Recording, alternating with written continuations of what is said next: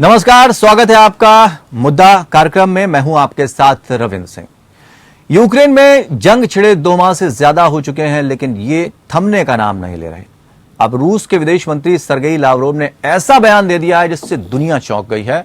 उन्होंने कहा कि यूक्रेन के साथ बातचीत जारी रहेगी, लेकिन तीसरे विश्व युद्ध का असल खतरा कायम रहेगा। उन्होंने ये बात अमेरिका द्वारा यूक्रेन को हथियारों की खेप भेजने के वादे के मद्देनजर चेताते हुए कही।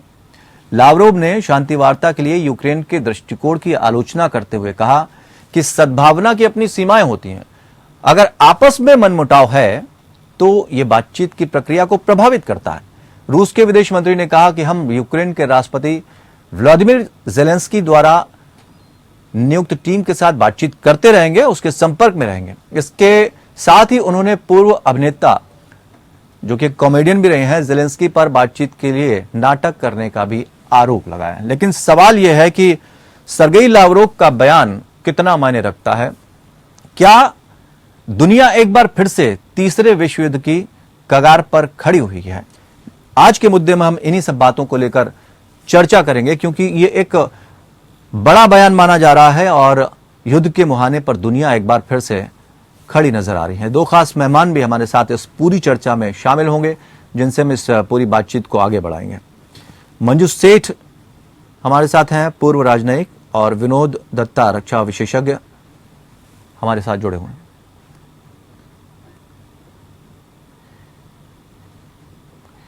तो दोनों खास मेहमानों से हम इस चर्चा को बढ़ाएंगे। मंजू सेठ पूर्व राजनयिक हैं, विनोद दत्ता रक्षा विशेषज्ञ के तौर पर हमारे साथ जुड़े हैं। सर, आप दोनों मेहमानों का बहुत बहुत स्वागत करते हैं। जी, मंजू जी, आपके पास आना चाहेंगे। किस तरह से देख रहे हैं, क्या ये माना जाए जो बयान अभी आया है सरगेई लावरोव का, उससे हम एक बार फिर से जो दुनिया है वो तीसरे विश्व युद्ध के मुहाने पर पहुंच गई है? आई होप नॉट, लेकिन ये बहुत ही इनका जो स्टेटमेंट है थोड़ा सा चिंताजनक है कि ये कैसे थर्ड वर्ल्ड वॉर की इतनी आसानी से बात की है इन्होंने। क्योंकि मुझे लगता है, मेरा मानना है कि इनको नेगोशिएट इससे नेगोशिएटिंग टूल के तौर पे यूज करना चाह रहे हैं, या क्या है इनका, क्या इरादा है। क्योंकि नेगोशिएशन तो चल रही हैं और साथ में वो कह रहे हैं हम पीस चाहते हैं, हम इसको एंड करना चाहते हैं। जैसे हमारे नेगोशिएशन सक्सेसफुल होंगे, रूस ने कहा है, हम युद्ध को बंद कर देंगे। बस एक तो वो मुद्दा है, और साथ में उनका ये भी है कि उनके जो ऑब्जेक्टिव थे इस वॉर से, कि अपना ईस्ट यूक्रेन को और डोनेट्स्क रीजन को और डॉनबास रीजन को अपने कब्जे में लेना, और साथ में क्राइमिया और रूस के बीच में जो वो चाहते हैं कि एक स्ट्रेट सॉर्ट ऑफ पैसेज मिले अलोंग द कोस्ट। तो ये भी उनके मकसद हैं, इनके जो ऑब्जेक्टिव्स हैं, लेकिन वो अभी तक उन्होंने अचीव किए नहीं है। तो क्या ये माना जाए हितों के लिए अब युद्ध शुरू होते हैं और हितों के लिए ही चलते रहेंगे, आम जनता इसमें पिसती रहेगी, इस तरह के असर नजर आ रहे हैं? बिल्कुल होना नहीं चाहिए, पर दस तो ऐसे ही रहा है कि वो अपना जो मकसद है वो लगे हुए हैं उसमें पूर्ण करने में। और विदेश और वेस्ट भी, अगर आप देखेंगे, यूएस और वेस्ट और सब नेटो वगैरह भी, वो भी अपने proxy war kind of thing आप सोच सकते हैं चलती जा रही है। और यूक्रेन के लोग इसमें बिल्कुल पिस गए हैं, और दुनिया के और लोग, अगर ये बढ़ता है, क्योंकि इन्होंने एक स्टेटमेंट ये भी दिया है फॉरेन मिनिस्टर लावरोव ने कि ये जो यूक्रेन में जो बाहर से जो इक्विपमेंट आ रहा है, आर्म्स एम्यूनिशन आ रहे हैं, हम उसको जरूर टारगेट बनाएंगे। और ये डायरेक्ट इनडायरेक्ट इंडिकेशन है कि नेटो भी इसमें इन्वॉल्व हो रहा है, तो प्रॉक्सी वॉर। नेटो तो इन्वॉल्व है लगभग, अगर देखा जाए तो पीछे से तो मदद हो ही रही है। लेकिन मंजू, एक सवाल जो बनता है, जो बहुत ही इंपॉर्टेंट यहाँ पर हो जाता है, भारत पर इसका क्या असर पड़ेगा अगर युद्ध शुरू होता है? तो ऑलरेडी पड़ रहा है, आप देख ही रहे हैं। हर एक चीज पे ऑयल को लेके देख लीजिए, और हर एक चीज पे ऑलरेडी पड़ रहा है। और अगर एक्चुअली युद्ध होता है, क्योंकि हमसे इतना दूर है नहीं, और अगर वो साथ में न्यूक्लियर वॉर की भी बात कर रहे हैं, अगर इस पे थोड़ा भी आगे बढ़ते हैं तो इंडिया पे तो बहुत ही असर होने वाला है। लेकिन इंडिया का जो सॉर्ट ऑफ स्टांस रहा है इस पे यही रहा है कि इसको नेगोशिएट करिए और इसको बंद करिए, और हम उसी पे मुझे लगता है कायम रहेंगे। लेकिन जो इकोनॉमिक फॉल आउट है और जो ऑयल के ऊपर फॉल आउट होगा, उससे इंडिया जरूर बहुत ही मुश्किल में आने वाली है अगर ये और बढ़ता है, क्योंकि फिर और सारी जो उसकी सोर्सेज जी। हैं ऑफ एनर्जी, वो फिर और ड्राई अप हो जाएंगी अगर ये युद्ध, विश्व युद्ध शुरू होता है। जी चलिए विनोद जी, आपसे भी ये जानना चाहेंगे, आप किस तरह से देखते हैं इन सारी परिस्थितियों को, जिस तरह का जो बयान है सरगेई लावरोव ने दिया है? किसी भी युद्ध में रविंद्र जी, साइकोलॉजिकल वॉरफेयर एक बहुत अहम पहलू होता है। अगर आप विश्व युद्ध में भी जाएं, चाहे वो फर्स्ट वर्ल्ड वॉर हो या सेकेंड वर्ल्ड वॉर हो या हमारा सन 71 का युद्ध था, आप देखिए तो उसमें इस तरह के क्लेम्स और काउंटर क्लेम्स दोनों सेनाएं या दोनों देश करते हैं। जी। लावरोव साहब का ये स्टेटमेंट के सब तीसरे विश्व युद्ध के मुहाने पे वर्ल्ड खड़ा हुआ है। भाई आप ये देखिए कि मुझे नहीं लगता कि रूस के अंदर वो लॉजिस्टिक स्टेमिना है। जी। मुझे नहीं लगता कि उसके अंदर वो कॉम्बैट स्टेमिना बचा है, क्योंकि रूस की भी जो इकोनॉमिक कंडीशंस हैं वो कोई बहुत ज्यादा तंदुरुस्त नहीं है, बहुत ज्यादा सेहतमंद नहीं है। जी। और वो भी अब थक चुका है, क्योंकि अब वो इस स्टेज पे आ गया है कि न वो निगल सकता है ना उगल सकता है। लेकिन रूस के लिए पहले ये कयास लगाए जा रहे थे, युद्ध से पहले, जब यूक्रेन से युद्ध नहीं हो रहा था, भारत के जो लोग वहां पर रहते हैं 2-2, 3-3 एडवाइजरी जारी करेंगे, लेकिन लोगों ने कहा कि रूस एक हद तक जाएगा, धमकी देगा, उसके बाद युद्ध नहीं होगा, और अचानक से युद्ध शुरू हो गया। तो क्या ये आकलन करने में कहीं ना कहीं लोग आकलन पूरी तरह से कर नहीं पाए, उसके बाद ये इंसिडेंट घट गया एकदम से? लोगों का आकलन रवींद्र जी बिल्कुल ठीक था। आपको याद होगा वो रात जिस दिन जो बाइडेन, में भी एक टीवी चैनल पे था, सारी रात जागते रहे हम कि साहब बाइडेन साहब एक स्टेटमेंट देंगे, और खोदा पहाड़ और निकली चूहिया। आप ये देखिए कि पहले करीब 15-16 तारीख की रात को ये ऑपरेशन प्लान किया था रशिया ने, फिर ये कॉम्प्रोमाइज हो गया, और उसके बाद जिस वक्त बाइडेन साहब ने ये स्टेटमेंट दिया है कि हम रूस के खिलाफ युद्ध में नहीं उतरेंगे, उसी रात को फायदा उठाते हुए रूस ने यूक्रेन पे हमला बोल दिया। तो अमेरिका का ये साबित करना और या ये कह देना कि हम उनके साथ कोई डायरेक्ट काइनेटिक ऑपरेशंस पे नहीं उतरेंगे, रशिया ने उसका फायदा उठाया। रशिया उसका फायदा अभी भी उठा रहा है, क्योंकि उसे मालूम है कि डायरेक्ट तौर पे, प्रत्यक्ष रूप से अमेरिका उसके साथ युद्ध में नहीं आएगा। और अमेरिका के अपने इंटरेस्ट हैं। अमेरिका ये चाहता है कि ये जो पॉट है वो सिमर करता रहे, ये युद्ध चलता रहे, क्योंकि उसके दो फायदे हो रहे हैं। पहली बात तो रशिया का जो वर्चस्व है वो कम होता जा रहा है, रशिया की इकोनॉमी खराब होती जा रही है। ये माना जाए कि पहले से ही पहले एक आपदा क्रिएट की जाए, रशिया को उकसाया जाए और पीछे से जाकर यूक्रेन को मदद की जाए, यानी कि पहले रणनीति अमेरिका ने तैयार कर ली थी कि रशिया को कैसे हमें कमजोर करना है।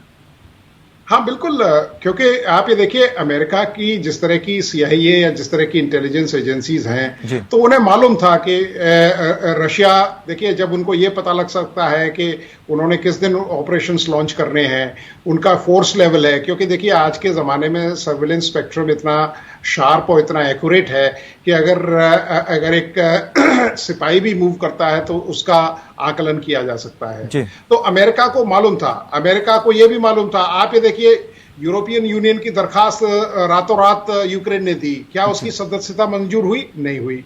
क्या इतनी विभीषिका के बाद भी नेटो को पूरे प्रोसीजर या तामझाम में विश्वास करना चाहिए था? नहीं। लेकिन अमेरिका नहीं चाहता कि वो यूक्रेन को नेटो फोर्सेस में शामिल करे, और यूक्रेन को भी ये बिल्कुल साबित हो गया है। लेकिन अगर युद्ध हो जाता है तो फिर हम कहां खड़े होंगे? हम तैयार हैं उस युद्ध में शामिल होने के लिए? नहीं, देखिए भारत की भी स्थिति कोई बहुत ज्यादा वो नहीं है। युद्ध देखिए एक बड़ा कॉस्टली हॉबी है रविंद्र जी, वो जमाने लग गए। आप सेकेंड वर्ल्ड वॉर आप देख लीजिए कि वहां मानवता, ह्यूमन वैल्यूज और जो कॉस्ट फैक्टर था, जो इकोनॉमिक फैक्टर था, वो वॉर का काफी कम था। आज आप देखिए एक हवाई जहाज अगर नष्ट होता है किसी देश का, 25 से 30 बिलियन डॉलर्स का खर्चा आता है उसमें। एक आप देखिए जेवलिन मिसाइल है, $80,000 की आती है। तो आजकल ये कोई दिवाली के पटाखे तो है नहीं कि साहब आपने किया और दूसरे दिन मिठाई खा के बैठ गए आप। अमेरिका का भी जो उसका जो बोझ है वो बहुत ज्यादा होता जा रहा है। ठीक है, उसने यूक्रेन को तहस नहस कर दिया है, लेकिन अमेरिका यही चाहता है कि रशिया अपना जितने भी संसाधन है, क्योंकि इस समय जितनी सैंक्शंस उस पर लगी हैं वो 360 डिग्री से लगी हुई हैं। क्राइमिया में जब सैंक्शंस लगाई थी तब भी उसका 3 से 4% GDP का नुकसान हुआ था, और अब आज तो ये 62 या 63 दिन हो चुके हैं इस युद्ध को। अगर नुकसान बिल्कुल बिल्कुल नुकसान बहुत होगा, भारत पर भी इसका असर पड़ेगा। मंजू जी, हमें एक चीज जो और इम्पोर्टेंट बनती है, अगर रशिया कमजोर होता है तो क्या भारत एक अच्छे दोस्त के रूप में रशिया से उसका रिश्ता कमजोर हो सकता है? चाइना अगर मजबूत होता है तो मुश्किल खड़ी होंगी भारत के सामने, क्योंकि रशिया का कमजोर होना कहीं ना कहीं भारत को भी कमजोर करेगा। बिल्कुल, क्योंकि इस वक्त हम काफी हमारी इकोनॉमी और डिफेंस स्पेशली उन पे डिपेंडेंट है और इमीडिएटली हम डाइवर्सिफाई और मूव अवे भी नहीं कर सकते हैं इमीडिएटली, और जो ऑल्टरनेटिव्स हैं उनको देखने के लिए, तो हमारी और चीन भी इसको देख रहा है कि कैसे ये होता है, और अगर चीन और रूस साथ में मिल जाते हैं तो हमारे लिए तो बहुत ही प्रॉब्लम आएगी, और वो नजर आ रहा है कि उनका बनता जा रहा है। और अगर आप देखें पाकिस्तान के साथ भी चीन का तो है ही अच्छे ताल्लुकात, अब रूस के साथ भी वो कोशिश कर रहे हैं कि और स्ट्रांग बने। तो इंडिया को डेफिनेटली ये बिल्कुल थ्रेट है भारत को कि ये क्या आगे चल के कैसा होगा, जियोपॉलिटिकल जो नया वो आएगा, बैलेंस आएगा नहीं आएगा, we don't know, new geopolitical reality क्या बनती है, उसके ऊपर हमें बहुत ही केयरफुली और स्टेप बाय स्टेप अपने इंटरेस्ट को हितों को आगे रख के अपने डिसीजंस, अपने निर्णय लेना पड़ेगा। और अगर आप देखेंगे कि अगर चीन ये देख रहा है कि यूएस का कैसा रवैया रहा है यूक्रेन की तरफ, तो वो भी कोशिश करेंगे अपना थोड़ा और अग्रेसिवनेस और असर्टिवनेस बढ़ाने की कोशिश कर सकते हैं, देखते हुए कि सब माहौल और सब अटेंशन डाइवर्टेड है इस वक्त, तो वो भी कुछ अपनी कोशिश कर सकते हैं जो इंडिया के हित में नहीं रहेगा। बिल्कुल बिल्कुल बड़ा सवाल है यहाँ पर भारत के लिए। जब बड़े देशों की आपसी रंजिश चलती है, आपसी तानाशाही चलती है, तो छोटे देशों को उसका खामियाजा भुगतना पड़ता है। भारत का स्टैंड क्या होगा? पिछले 2 युद्धों से क्या हमें सीख मिली है? क्योंकि दुनिया जानती है कि क्या खोया क्या पाया है, और एक बड़ी बात यह रही विश्व युद्ध की कि छोटे जो देश हैं उन पर इसका खासा असर देखा गया था। भारत कहां पर खड़ा है, क्या निपटने के लिए तैयार है, क्या हम वास्तव में तीसरे विश्व युद्ध की कगार पर खड़े हैं, इन सब बातों पर चर्चा हो रही है। विनोद जी, आपसे ब्रेक के बाद हम शुरू करना चाहेंगे। हमारी स्थिति अगर युद्ध होता है और फिर चाइना, चूंकि रशिया का बहुत अच्छा दोस्त है, चाइना रशिया के संबंध बहुत बेहतर हुए हैं इस दौर में, वर्तमान समय में अगर हम देखा जाए, क्या अगर संघर्ष होता है तो क्या भारत का चाइना के साथ संघर्ष हो सकता है? इसकी संभावना जताई जा सकती है?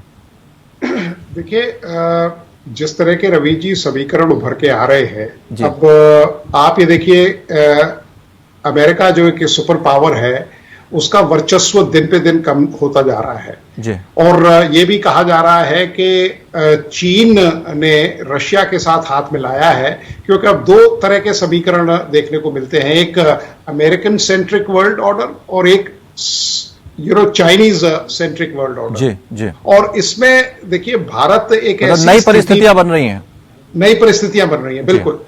और अगर आप ये देखें, जो डिफेंस का व्हाइट पेपर चाइना ने इशू किया है, उन्होंने उसमें साफ और बिल्कुल वाजे कर दिया है कि 2050 तक वो सुपर पावर उभर के आएगा।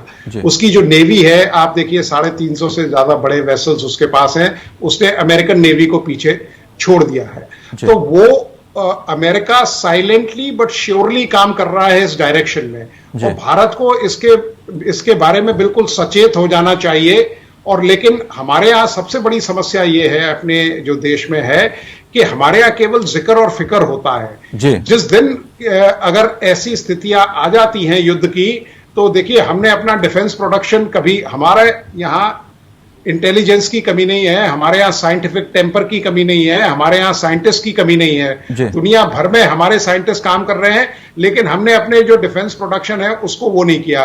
यूक्रेन एक बिल्कुल सर हमारी सेना को तो हमेशा से मजबूत कहा जाता है और हमेशा से साबित भी किया, इतिहास इस बात का गवाह रहा है, लेकिन लीडरशिप बहुत मायने रखती है कि हमारा लीडर कैसा और किस तरह से स्टैंड लेगा अगर इस तरह की स्थिति बनती है। अगर हम वर्तमान समय में अपने पड़ोसी देशों के साथ रिश्तों की बात करें तो वो भी बहुत ज्यादा बेहतर क्या मानते हैं आप? और अगर होता है तो वो पड़ोसी देश कहीं ना कहीं इसका फायदा उठाएंगे?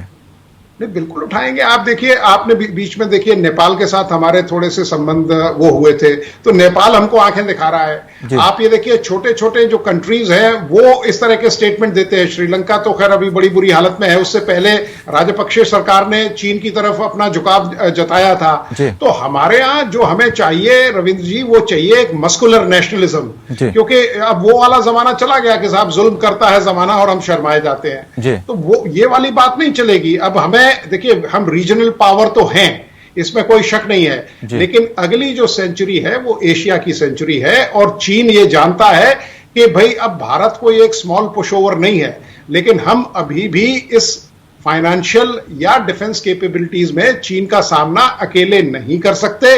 इसमें हालांकि वो सन 62 वाला फ्री रन चाइना को नहीं मिलेगा। तो चाइना जी जी जी जी कंप्लीट कीजिए अपनी बात। कुछ कह रहे थे? जी जी, आप अपनी बात कंप्लीट कर लीजिए, फिर मैं आगे बढ़ूंगा। हाँ, मैं ये कह रहा था कि भाई चाइना को भी ये मालूम है कि भारत अब काफी सुदृढ़ देश है, लेकिन उसे ये भी मालूम है कि जो हमारे डिफेंस प्रोडक्शन है, अगर रशिया टूटता है या रशिया कमजोर होता है, वो निश्चित तौर से होगा, तो वो भारत के लिए भी एक इनडायरेक्ट ब्लो है, क्योंकि हमारा 60 से 65% इक्विपमेंट ईस्ट यूरोपियन ब्लॉक से आता है। और अगर रशिया कमजोर होता है तो हमारी जो डिफेंस प्रिपेयर्डनेस है उस पर भी क्वेश्चन मार्क खड़े होंगे। और विनोद जी, मैंने ये सवाल इसलिए भी पूछा कि क्या भारत उसके लिए तैयार है, क्योंकि ट्रंप के कार्यकाल में भारत के जो रिश्ते थे अमेरिका से काफी मजबूत हुए हैं, जिस पर रूस काफी नाराज हुआ था।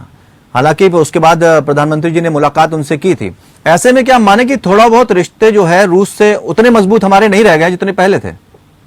नहीं, देखिए, रूस के साथ हमारे रिश्ते अच्छे हैं, और क्योंकि रूस के साथ न तो रिश्ते इतने मजबूत रहे हैं और ना ही रूस इतना मजबूत रहा है। नहीं, मैं ये बात इसलिए भी कह रहा हूं कि जब युद्ध शुरू हुआ था तो भारत के स्टैंड क्लियर करने के लिए कहा था। बिल्कुल, अमेरिका ने कहा, लेकिन अमेरिका ने यह बात भी साबित की है अफगानिस्तान और इस यूक्रेन युद्ध से कि भाई अमेरिका एक डिपेंडेबल अलाई नहीं है। और भारत को ये बिल्कुल राइटिंग जो है वो दीवार पे बिल्कुल समझ लेनी चाहिए कि अमेरिका अगर आपको जरूरत पड़ी तो अमेरिका शायद आपका बिल्कुल संपूर्ण रूप से साथ नहीं देगा, रशिया फिर भी शायद आपके साथ खड़ा हो। तो भारत को ये बिल्कुल समझ में आ गया है, और भारत को ये चाहिए कि वो अपना जो डिफेंस प्रोडक्शन है, या देखिए जो हमारी अपनी आत्मनिर्भरता है या जो आत्मनिर्भर भारत के जो प्रोजेक्ट्स हैं, उनको हमें एक फास्ट ट्रैक पे डेवलप करना चाहिए। क्योंकि जिस तरह से आजकल वो कहते हैं ना कि जिसकी लाठी उसकी भैंस, मतलब आप ये देखिए, पूरा विश्व समुदाय एक तरफ है लेकिन रशिया युद्ध रोकने को तैयार नहीं है। यूनाइटेड नेशंस फेल हो चुका है, उसकी कोई वो नहीं है। केवल यूनाइटेड नेशंस केवल मुझे लगता है अफ्रीकन कंट्रीज के लिए बचा है या अनडेवलप्ड कंट्रीज के लिए बचा है, वहां तो वो तुरंत कार्रवाई करते हैं। लेकिन यहां जिस तरह की विभीषिका हो रही है, यूनाइटेड नेशंस ने एक वक्त तक भी नहीं दिया पीस एनफोर्समेंट। तो एक सवाल हम मंजू जी से भी ले लें। मंजू जी, चूंकि जो बातचीत अभी इस दौर में चली है और ये लगा कि रशिया और यूक्रेन आपस में बैठकर साथ साथ मशवरा कर रहे हैं कि युद्ध को अब किसी तरह से विराम दिया जाए, कुछ बातचीत पर सहमति बने, लेकिन एक तरफ पीछे से अमेरिका का साथ और हथियारों की खेप का वादा कर देना रशिया को रास नहीं आ रहा। उनका कहना है कि यूक्रेन के राष्ट्रपति जो है ज़ेलेंस्की, उनके बयान गंभीर नहीं है, इसलिए हमारी बातचीत कैसे होगी? मुझे लग रहा है दोनों पार्टीज ही इसमें, दोनों का इक्वल रिस्पॉन्सिबिलिटी है कि टॉक सक्सेसफुल नहीं हो रही, क्योंकि उनको पीछे से सपोर्ट मिल रही है, तो वो भी कंटिन्यू भी कर रहे हैं कि हम अपना ये रखेंगे, अपना जारी रखेंगे कॉन्फ्रंटेशन। और रूस तो ऑलरेडी वहां पे है, ऑलरेडी ऑन द ग्राउंड है, उनको तो पता है हमारा पोजीशन स्ट्रांग है इस वक्त, और वो कहते हैं हम अपनी पूरी बात मनवा के ही, राइटिंग में अश्योरेंसेस लेके ही शायद बंद करें। लेकिन मंजू जी, चूंकि वक्त कम है, मंजू जी एक लाइन में अगर आप क्लियर करना चाहें कि जो तीसरा विश्व युद्ध है उसके लिए आप क्या कहना चाहेंगे? क्या ऐसी संभावना है या नहीं है, और कमियां कहां आ रही हैं? नहीं, अभी मुझे नहीं लग रहा है कि अभी होगा भी, ये पोस्चरिंग चल रही है, तो अभी तो उम्मीद कम है। विनोद जी, आप क्या कहना चाहेंगे, क्योंकि आप बहुत अच्छी तरह समझते हैं युद्ध की स्थिति को? नहीं, देखिए, मुझे नहीं लगता कि विश्व युद्ध के मुहाने पर हम खड़े हुए हैं, क्योंकि ना ही जो बाकी देश हैं, चाहे वो सुपर पावर्स हो या वो हो, वो इसके लिए तैयार हैं। और दूसरा, एग्जॉर्बिटेंट जो एक्सपेंडिचर है वो कोई भी देश गहन नहीं कर पाएगा। वो जमाने लग गए 80 या 85 साल पहले की जो बात है। और मंजू जी ने बिल्कुल स्पष्ट और साफ शब्दों में कहा है कि हमें नहीं लगता कि विश्व युद्ध के कगार पे हम खड़े। बहुत बहुत शुक्रिया आप दोनों मेहमानों का इस चर्चा में हमारे साथ शामिल होने के लिए। लेकिन अभी भी संभावनाएं से इनकार नहीं किया जा सकता, क्योंकि जिस तरह से सर्गेई लावरोव जो विदेश मंत्री हैं अमेरिका के, उन्होंने जो माफ कीजिएगा रशिया के जो विदेश मंत्री हैं, उन्होंने जिस तरह की बात कही है, उससे यह नहीं लगता है कि ऐसी स्थिति नहीं बन सकती है, क्योंकि संभावनाएं तलाशी जाती हैं, उसके आधार पर अपनी तैयारी की जाती है। फिलहाल बयानबाजियों का दौर भी जारी है और जो कुछ निकलकर सामने आएगा, लोग यही उम्मीद कर रहे हैं कि तीसरा विश्व युद्ध देखने को ना मिले। लेकिन ये तो भविष्य के गर्त में छिपा होता है कि आने वाला वक्त क्या होगा, युद्ध की स्थिति बनती है या नहीं बनती है। मुद्दा में फिलहाल इतना ही। देखते रहिए एपीएन न्यूज।